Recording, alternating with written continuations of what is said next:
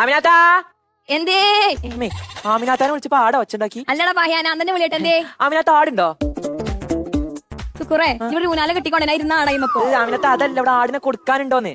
എന്റെ കണ്ണിൽ എന്താ പൈത്ത ചക്കിന്ന് വീണ കുരുവാണോ? വന്നില്ലോ ഈ കിടക്കണ പോത്താ പോത്താ ആടല്ലേ അതൊക്കെ? അല്ലേ? അപ്പൊ ഇവിടെ ആടും ഉണ്ടായി കൊടുക്കും ചോദിച്ചു. അല്ല ആനക്കിപ്പോ ആടിനെ. അതെ, ഞങ്ങളെ ക്ലബിൽ ഒരു നറുക്കെടുപ്പുണ്ട്. അപ്പൊ അവിടെ സമ്മാനമായിട്ട് ആടിനെ കൊടുക്കാന്നാണ് ഞങ്ങൾ ഇങ്ങനെ വിചാരിച്ചത്. അപ്പൊ സെലിബ്രിറ്റീസ് ഒക്കെ വരുന്നുണ്ട്. ആരുണ്ടെന്ന്? സിനിമാക്കാര് വരുന്നുണ്ട്. എടാ സിനിമാക്കാരോ? എടാ എന്നിട്ട് ആടിനെ കൊടുക്കണത് പോത്തിനെ വാങ്ങി കൊടുത്തൂടെ? സിനിമാക്കാര് അറിയണത് പിരാന്താണടാ. ഈ സിനിമാക്കാരെ പെരുത്തിഷ്ടല്ലതുകൊണ്ട് തന്നെ ഇന്റെ ആടൊക്കെ ഞാൻ സിനിമാക്കാരെ പേരിട്ടിക്കണേ. ആടൊക്കെ സിനിമാക്കാര് വരോ? പിന്നെന്താ ഇങ്ങടക്ക് ആ ചെരിഞ്ഞിരുന്ന് പിലാവിനെ തിന്ന ആടിനെ കണ്ടോ? കണ്ടു. അതാണ് മോഹൻലാലാട്. മോഹൻലാലാടോ? അതിനൊരു വരവുണ്ട്.